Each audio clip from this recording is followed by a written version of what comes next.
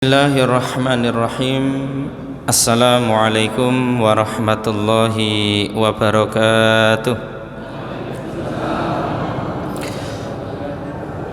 Alhamdulillah alladzi nahmaduhu wa nasta'inuhu wa nastaghfiruh wa na'udzu billahi min syururi anfusina wa sayyiati a'malina. Man yahdihillahu fala mudilla lah wa man yudlil fala hadiyalah. Asyhadu an la ilaha illallah wahdahu la syarikalah wa asyhadu anna Muhammadan abduhu wa rasuluh la nabiyya wa la rasula ba'da. Allahumma salli ala Muhammadin an-nabiyyil ummi wa azwajihi ummahatil mu'minin wa dhurriyyatihi wa ahli baitihi kama sallaita ala Ibrahim wa ala ali Ibrahim innaka Hamidum Majid. Qala Allah ta'ala fil Qur'anil Karim, a'udzu billahi minasy syaithanir rajim. Bismillahirrahmanirrahim. Ya ayyuhalladzina amanu taqullaha wa qulu qawlan sadida yuslih lakum a'malakum wa yaghfir lakum dhunubakum wa may yuti'illaha wa rasulahu faqad faza fawzan 'azima. Amma ba'd, fa inna astaqal hadithi kitabullah wa khairal hadi hadyu Muhammadin sallallahu alaihi wasallam wa syarrul umuri muhdatsatuha wa kullu muhdatsatin bid'ah wa kullu bid'atin dhalalah wa kullu dhalalatin finnar. Bapak Ibu dan saudara-saudara jamaah majelis ta'lim yang dirahmati Allah, kita bersyukur kepada Allah yang telah menghimpun kita di tempat yang paling baik, yakni masjid. Sebagaimana sabda Rasulullah sallallahu alaihi wasallam, ahabbul bilad ilallahi masajiduha wa abghadul bilad ilallahi aswaquha. Jengkal tanah bumi yang paling dicintai oleh Allah adalah masjid, sedangkan jengkal tanah bumi yang paling dibenci oleh Allah adalah pasar. Sehingga kita bersyukur kepada Allah dihimpun di tempat yang paling dicintai oleh Allah, yakni masjid. Apalagi saat ini setidaknya kita melakukan satu amal soleh yang besar yang nilainya itu sebanding dengan haji. Yang pertama adalah sholat wajib dengan berjamaah, yang kedua adalah ngaji, thalabul ilmi wa tafaqquh fiddin. Bertalian dengan sholat wajib di awal waktu dalam keadaan berjamaah, Rasulullah sallallahu alaihi wasallam memberi kabar gembira kepada kita bahwasannya pahala sholat wajib di awal waktu dalam keadaan berjamaah di masjid itu sebanding dengan haji. Hadis ini diriwayatkan oleh Imam Tirmidzi. Menurut para muhaddisin ahli hadis, secara sanad maupun matan derajatnya hasan. Tercantum di dalam kitab Fikih Al-Wajiz, bab tentang keutamaan sholat wajib dengan berjamaah di masjid. Rasulullah sallallahu alaihi wasallam bersabda, man masya ila sholatin maktubatin fil jama'ati fahiya ka hajjatin wa man masya ila sholatin tatawwu'in yakni sholatid duha fahiya ka umratin nafilatin. Man masya ila sholatin maktubatin fil jama'ati, barang siapa yang berjalan menuju masjid dalam rangka untuk melaksanakan sholat wajib dengan berjamaah, fahiya ka hajjatin, maka ia memperoleh pahala sebagaimana pahala haji. Wa man masya ila sholatin tatawwu'in yakni sholatid duha fayya ka'umratin nafilatin. Barang siapa yang berjalan ke masjid dengan niat untuk melaksanakan sholat sunnah yakni sholat sunnah duha fayya ka'umratin nafilatin, maka ia memperoleh pahala sebagaimana pahala umrah yang sunnah. Sehingga ini juga menjadi hiburan ya bagi bapak ibu yang mungkin usianya 65 tahun ke atas. Ya, mudah-mudahan ini jadi kabar gembira dan juga hiburan panjenengan. Jangan terlampau sedih ya. Sedih ku oleh tapi gak oleh suwe-suwe. Sedelok ae ya. Sediluk ono terus mari ngono seneng. Soalnya kita hidup di dunia ini tidak boleh sedih, Pak ya. Kita itu diperintahkan untuk senang dan bahagia. Jenengan sudah daftar haji, sudah menunggu antrian yang panjang, itu sudah dicatat pahala oleh Allah. Dan itu salah satu bagian dari niat yang sesungguhnya, niat yang setulusnya sudah dicatat pahala oleh Allah. Ya, apalagi sampai terlaksana memang lebih istimewa. Tapi seandainya, tapi mudah-mudahan peraturan ini tidak permanen, Pak ya.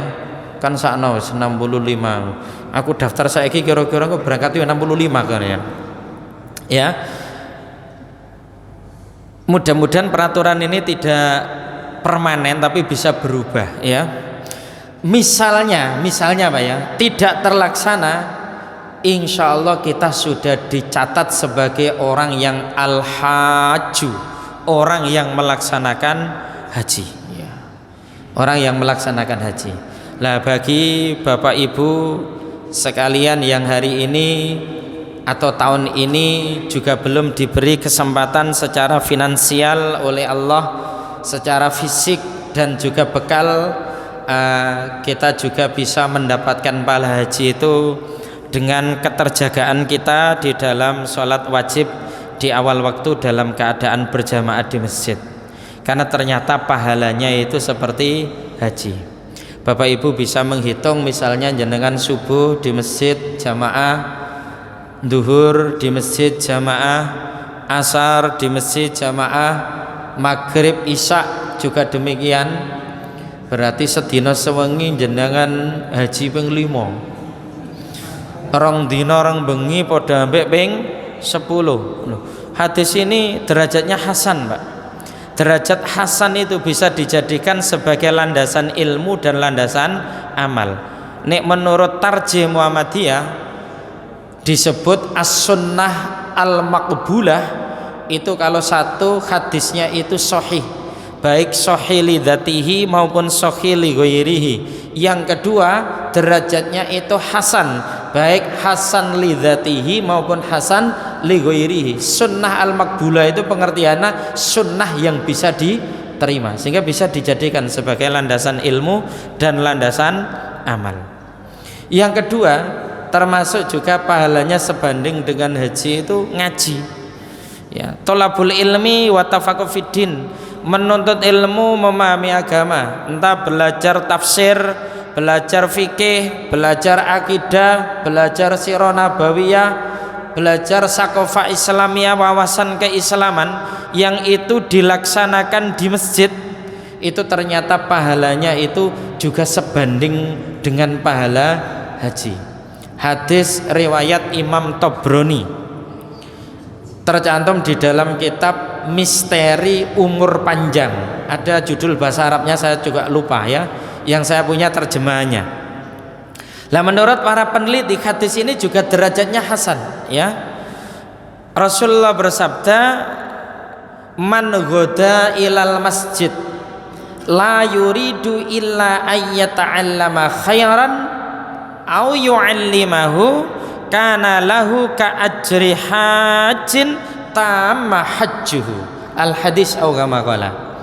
Man ghoda ilal masjid, barang siapa yang berangkat ke masjid, la yuridu, ia tidak ingin apa-apa, illa ayyata'allama khairan, kecuali untuk belajar kebaikan. ngeten iki lah belajar kebaikan ya Pak ya. Belajar kebaikan ini. Au yu'allimah, atau mengajarkan kebaikan, kana lahu ka ajri hajjin tama hajjuhu, maka ia memperoleh pahala sebagaimana pahala haji yang dilaksanakan secara sempurna. Ini juga jenengan bisa hitung ya.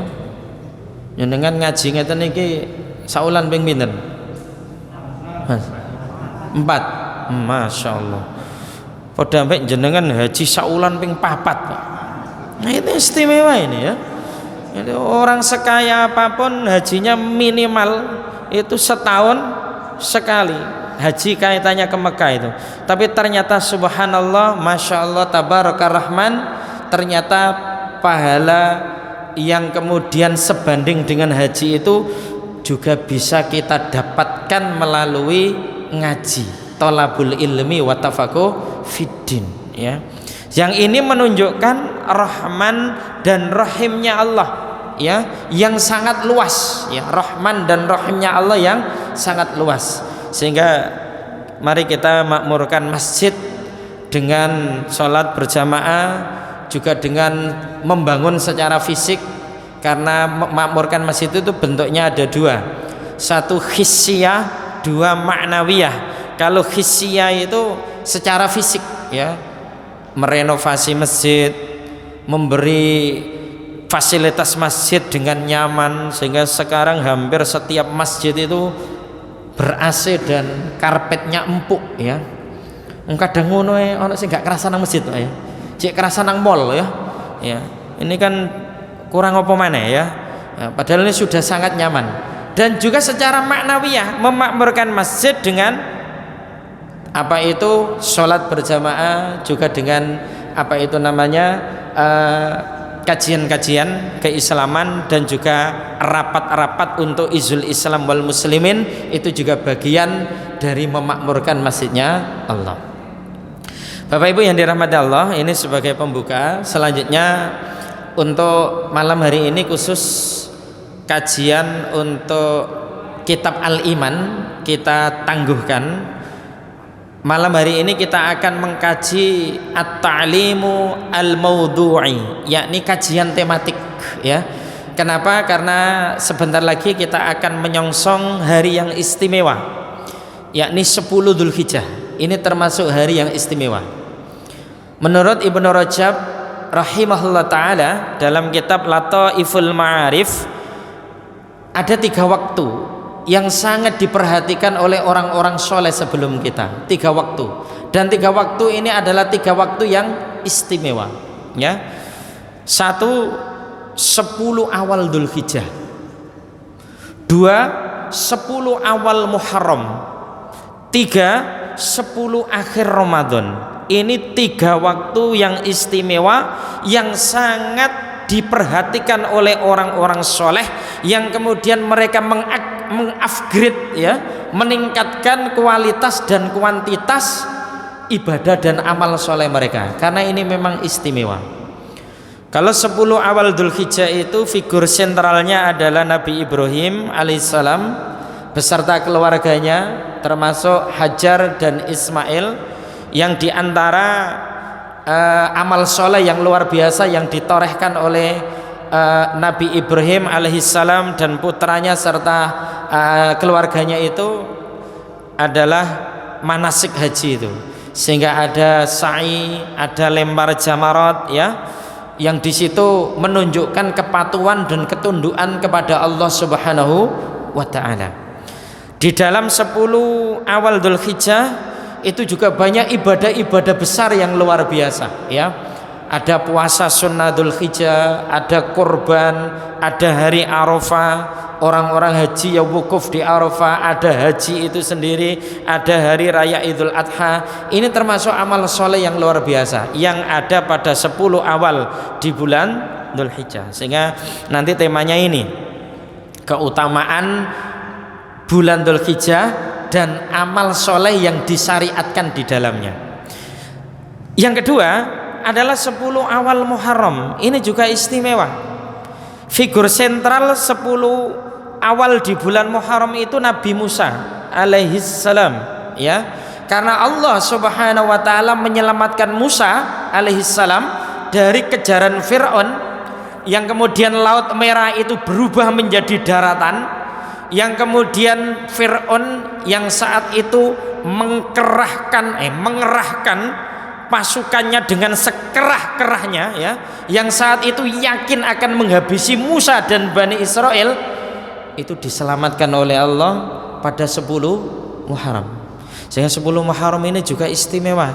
Orang Yahudi saja juga berhari raya pada 10 Muharram dengan melaksanakan puasa, yang kemudian dalam syariat kita ada puasa sunnah Asyura, puasa yang dilaksanakan pada 10 Muharram.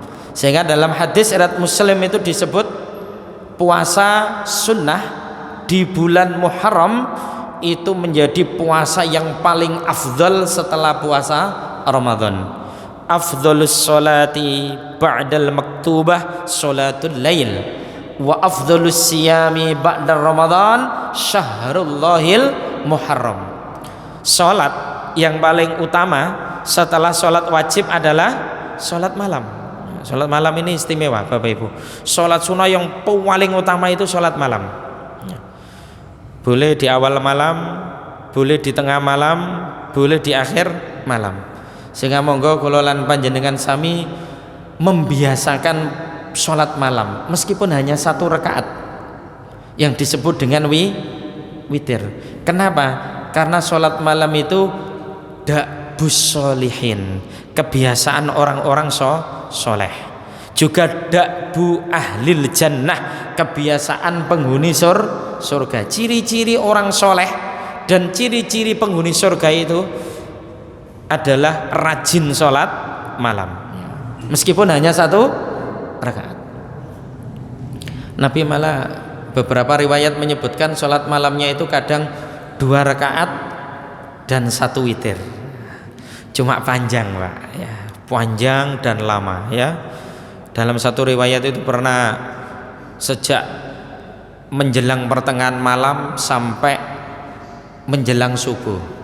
Dalam satu riwayat ada yang sejak habis isya sampai menjelang subuh. Hanya 2 rakaat dan 1 witir, karena panjang, ya. Kita 11 rakaat setengah jam koyo wis suwe ngono. Padahal sing diwaca ya enak atau enak kulhu tabat yada. Tapi nggak apa-apa, ya, daripada tidak sholat malam, ya. Tapi bisa kita panjang itu juga bisa, meskipun jenengan apal Al-Ikhlas itu. Kalau jenengan surat Al-Ikhlas itu jenengan ulangi ping 20, ya, itu kan panjang, lumayan kan, ya, panjang. Jadi rakaat pertama nanti sholat Al-Ikhlas habis Al-Fatihah 20 kali, ya. Rakaat kedua Al-Ikhlas juga 20 kali. Boleh, ya, boleh, tidak ada larangan.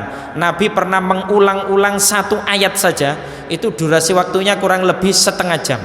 1 ayat saja padahal diulang-ulang terus. Nah, kemudian lanjutan hadis itu kaitannya Muharram. Wa afdhalus siyami ba'da Ramadan syahrullahil Muharram. Dan puasa yang paling utama setelah puasa Ramadan adalah puasa sunnah yang dilakukan di bulan Muharram. Jadi puasa yang dilakukan di bulan Muharram itu menjadi puasa yang paling istimewa setelah puasa Ramadan. Sehingga sunnahnya di bulan Muharram memperbanyak puasa. Kalau tidak bisa memperbanyak, minim, ya, 2 hari saja. Itu minim, ya, 2 hari itu.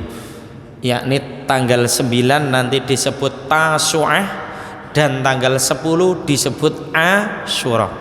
Syukur-syukur 3 hari, 9, 10, 11 itu juga bisa sebagai pengganti Ayyamul Bid, ya, yang kemudian kita dianggap puasa selama sebulan penuh, ya, karena satunya itu dihitung 10. Selanjutnya, nah ini apa itu namanya, 10 akhir Ramadan, figur sentralnya Nabi Muhammad, karena ada iktikaf. 10 akhir Ramadan ada malam Qadar, sehingga itu memang juga istimewa. Nah ini tidak kita bahas. Yang kita bahas adalah keistimewaan bulan Dzulhijjah dan amal soleh yang disyariatkan di dalamnya. Satu, keistimewaan bulan Dzulhijjah itu menjadi salah satu dari bulan haram. Itu keistimewaannya.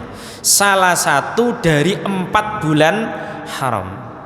Dalilnya Quran surat At-Taubah ayat 36. Allah Subhanahu wa taala berfirman, A'udzubillahi minasyaitonirrajim. Bismillahirrahmanirrahim.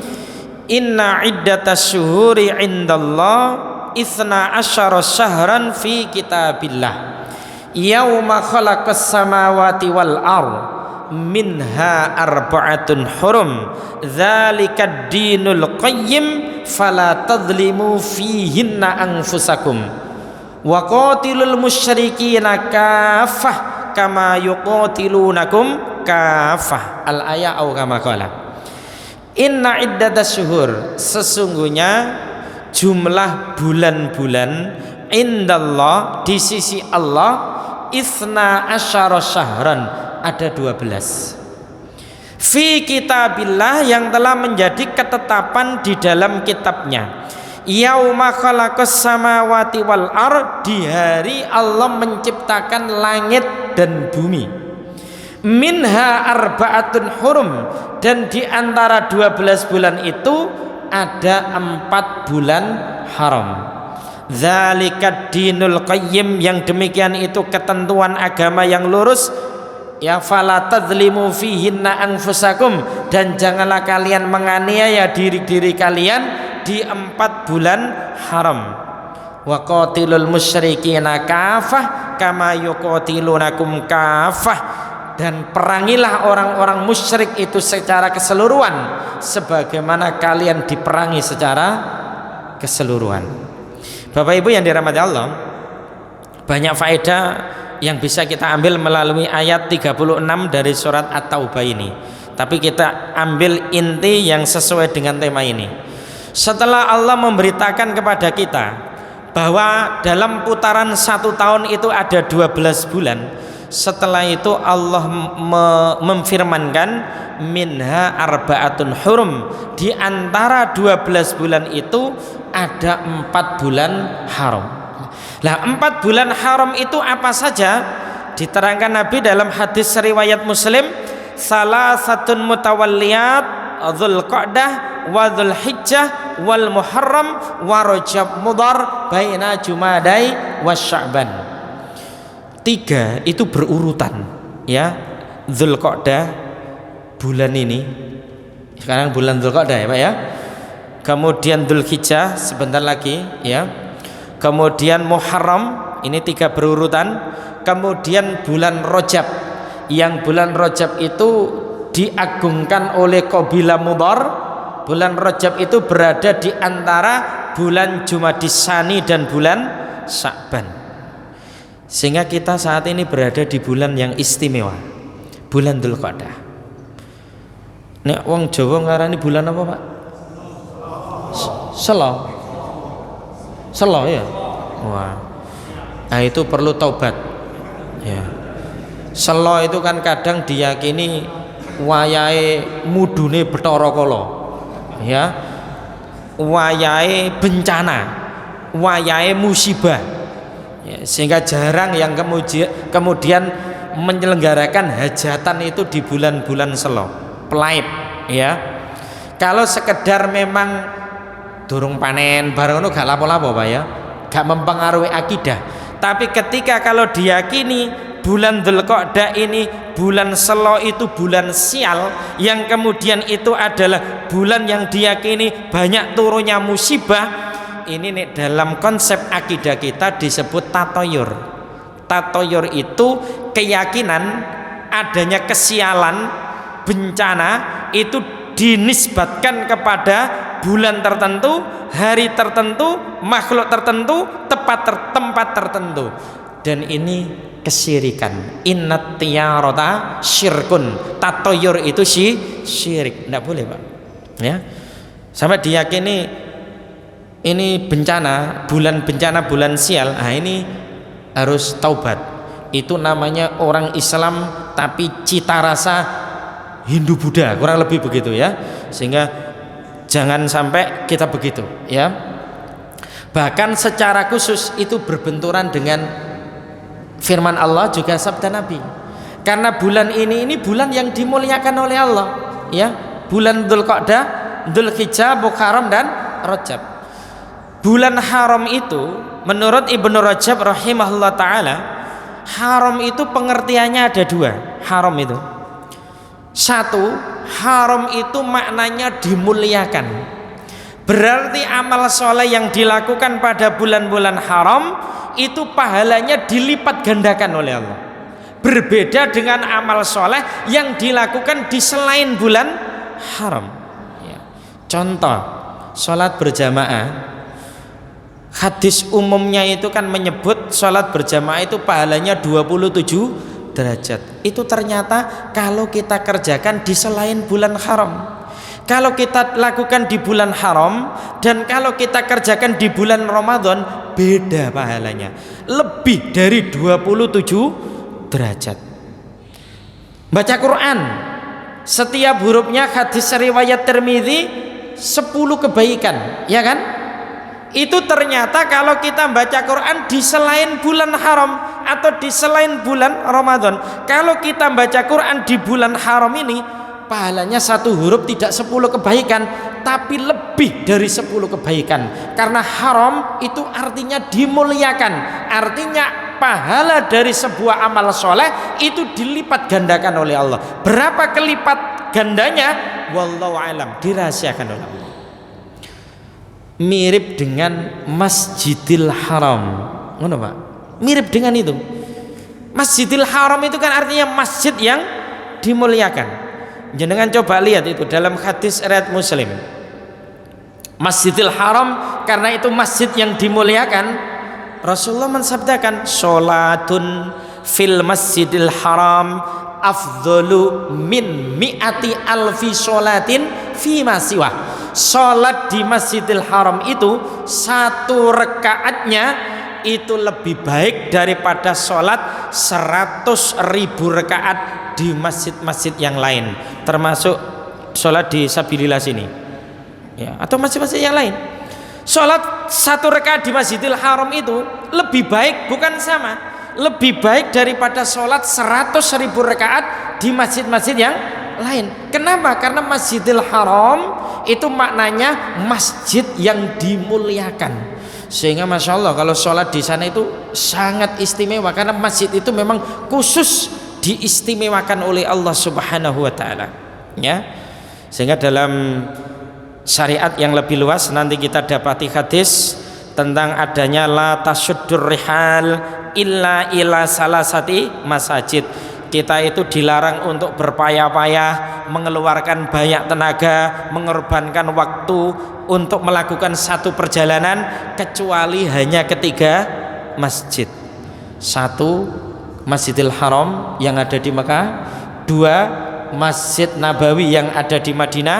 Tiga, Masjid Al-Aqsa yang ada di Palestina. Kecuali ketiga masjid ini kita boleh mengeluarkan biaya dan berpayah-payah untuk melakukan perjalanan menuju ketiga masjid ini dan tabaruk, ngalap berkah melalui ibadah yang telah disyariatkan, karena memang pahalanya disediakan melimpah ruah. Sehingga kembali ke poin tadi, haram itu pengertiannya dimuliakan, sehingga setiap amal baik yang dilakukan di bulan haram itu istimewa. Tidak hanya hubungan hablum minallah, juga hablum minannas, ya. Ibu-ibu nggawekno kopi suami di selain bulan haram, misalnya pahalane iku 100, ya.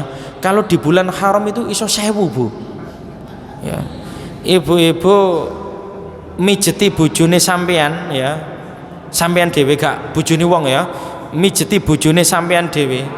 Itu misalnya pahalanya kalau di selain bulan haram itu taruhlah 200, kalau di bulan haram ini lebih dari 200, bisa 2000, bisa 2 juta. Sehingga sampean banyak tawa enang suami di bulan haram seperti ini. Sebelum tidur, Mas butuh aku tak malam ini, ya ngono. Itu bagus, ya. Itu istimewa di bulan haram ini, istimewa, ya. Pegel tak Mas, tak pijeti, ini mumpung bulan haram, karena ini istimewa, ya, istimewa, ya. Ini makna yang kedua, haram itu pengertiannya dosa dan maksiat kalau dilakukan di bulan haram itu bobotnya lebih besar dibandingkan ketika dosa atau maksiat itu dilakukan di selain bulan haram. Jadi yang maksiat, yang dosa, perbuatan dosa itu kalau di bulan haram ini lebih diharamkan lagi, lebih diharamkan lagi. Dalilnya ada dalam Quran surat At-Taubah 36 itu. Kan ada kata-kata setelah Allah memfirmankan dzalika dinul qayyim fala tadzlimu fihinna anfusakum. Inilah ketentuan agama yang lurus, kata Allah, maka janganlah kalian menganiaya diri kalian, janganlah kalian itu bermaksiat pada bulan-bulan haram.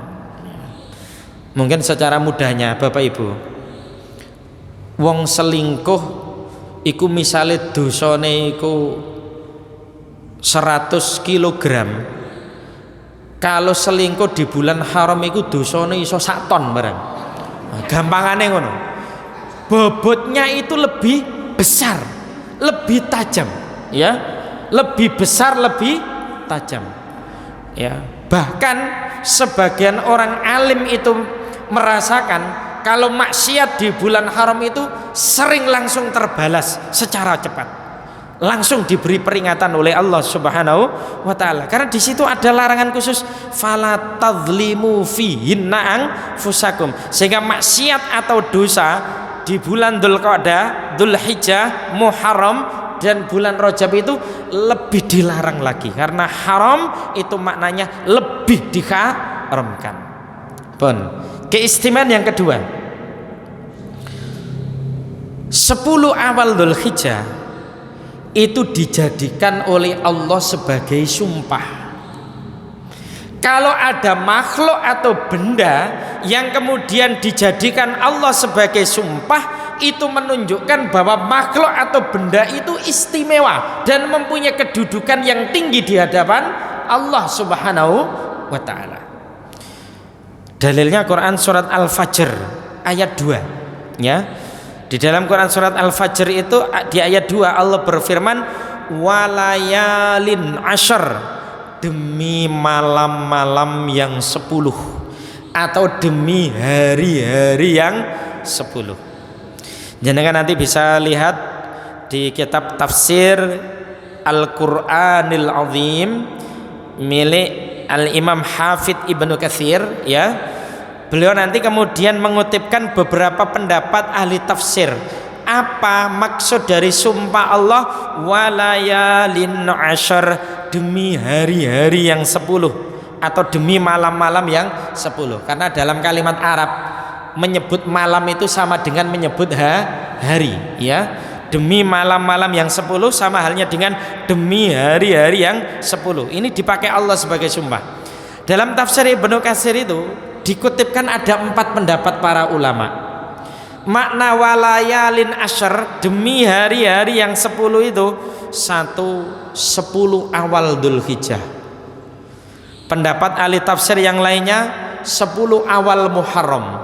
Pendapat ahli tafsir yang lainnya 10 awal Ramadan. Pendapat ahli tafsir yang lainnya 10 akhir Ramadan. Setiap pendapat ini punya penguat, ya, punya penguat dan hadis-hadis Nabi. Nek kita ndak ingin ribet, kita benarkan semuanya, ya. 10 awal Muharram yo bener, 10 akhir Ramadan yo bener, 10 awal Ramadan yo bener, 10 awal Dzulhijjah juga bener. Nek kita nggak mau ribet dan kita nggak salah juga seandainya kita benarkan semuanya. Kenapa? Karena memang ada penguatnya, ada penguatnya. Saya agak memperpanjang masalah ini karena biar fokus temanya, ya. Hanya Ibnu Abbas, ya, Ibnu Abbas radhiyallahu an, ya. Ibnu Abbas ini dikenal sebagai turjumanul Quran, ya, ahli tafsir di zaman sahabat. Jadi ahli tafsir di zaman sahabat itu 1 Ibnu Abbas, yang kedua Ibnu Mas'ud, ya. Jenengan nggih kenal Mas ya? Ibnu Abbas. Tahu ya? Ibnu Abbas ya. Di samping banyak meriwayatkan hadis, Ibnu Abbas ini juga dikenal ahli tafsir. Ibnu Abbas ini lebih menguatkan walayalin asyr, itu maknanya adalah demi 10 awal di bulan Dzulhijjah, demi hari-hari pada 10 awal di bulan Dzulhijjah. Bahkan beliau punya penguat hadis riwayat yang dikeluarkan oleh Imam Bukhari ya, Imam Abu Dawud, Imam Tirmidzi, yang menyebutkan amal soleh yang dikerjakan pada 10 awal di bulan Dzulhijjah itu menjadi amal soleh yang lebih dicintai oleh Allah ya. Yang jelas ini menjadi keistimewaan, dipakai Allah sebagai sumpah. Keistimewaan yang ketiga, 10 awal di bulan Dzulhijjah itu amal soleh yang dilakukan di dalamnya menjadi amal soleh yang lebih dicintai oleh Allah dibandingkan dengan amal soleh yang dilakukan di hari-hari yang lain. Ada hadis sahih riwayat Imam Abu Dawud, juga riwayat Imam Tirmidzi, juga Imam Bukhari secara mu'allaq ya. Rasulullah Shallallahu Alaihi Wasallam bersabda yang maknanya begini: ma min ayyamin al amalu sholihu fiha ahabbu ilallah min hadhil ayyam, yakni ayyamil asyri.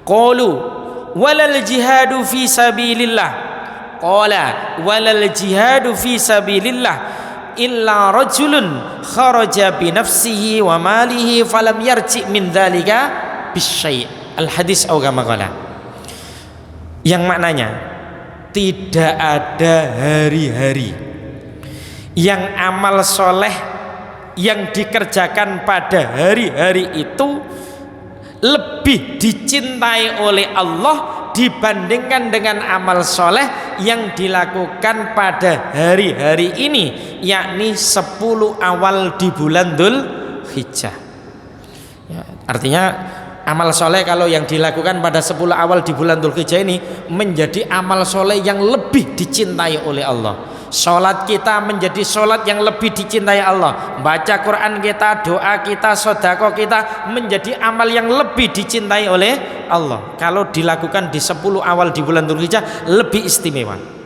Sampai-sampai sahabat itu penasaran. Qalu, mereka bertanya, walal jihadu fi sabilillah, ya Rasulullah, apakah amal soleh yang dilakukan pada 10 awal di bulan Dzulhijjah itu bisa melebihi amalan jihad fisabilillah? Nabi menjawab, qala walal jihadu fisabilillah, termasuk bisa melebihi amalan jihad fisabilillah. Bayangkan Bapak Ibu, bisa melebihi amalan jihad fisabilillah. Padahal amalan jihad fisabilillah dalam yang lain itu menjadi dirwah min sanamil Islam, menjadi puncak tertinggi dari ajaran Islam, tapi ternyata bisa dikalahkan dengan amal soleh yang dilakukan pada 10 awal di bulan Dzulhijjah. Rasul tetap mengecualikan, illa rajulun kharaja bi nafsihi wa malihi falam yarji min dzalika bisyai', kecuali orang yang pergi berjihad itu dengan jiwanya dan hartanya tidak kembali sesuatu pun darinya. Artinya kecuali orang yang pergi jihad itu jiwanya itu mati syahid, dibunuh oleh musuh, dan hartanya dirampas oleh musuh, itu yang tidak ada yang melebihi. Mati syahid tidak ada yang melebihi, jiwanya dirampas musuh, sedangkan itu adalah orang yang berjihad, itu tidak ada yang melebihi. Tapi kalau orang yang jihad itu kembali lagi dari amalan jihadnya, hartanya juga tidak dirampas oleh musuh, ternyata amalan jihad itu bisa dikalahkan dengan amal soleh yang dilakukan di 10 awal di bulan Dzulhijjah. Ini berarti sangat istimewa. Sehingga di bagian awal tadi kami mengatakan, Pak, ini diperhatikan secara serius dan sungguh-sungguh oleh orang-orang soleh sebelum kita, generasi sahabat, generasi tabi'in, tabi'in, dan orang-orang soleh sesudah mereka. 10 awal di bulan Dzulhijjah itu istimewa. Sehingga kita harus tahu kapan 1 awal di bulan Dzulhijjah. Kalau kita merujuk dari majelis tarjih pimpinan pusat Muhammadiyah tahun ini 1 Dzulhijjah itu terjadi pada tanggal 30 Juni ya Pak ya. 30 Juni ya Pak ya. 30 Juni ya. 30 Juni itu 1 Dzulhijjah. Dan ini Bapak Ibu eling-eling, soalnya ini ada kaitannya dengan amal ibadah korban kita. Salah satu di antara amalan yang menyempurnakan ibadah korban kita nanti kalau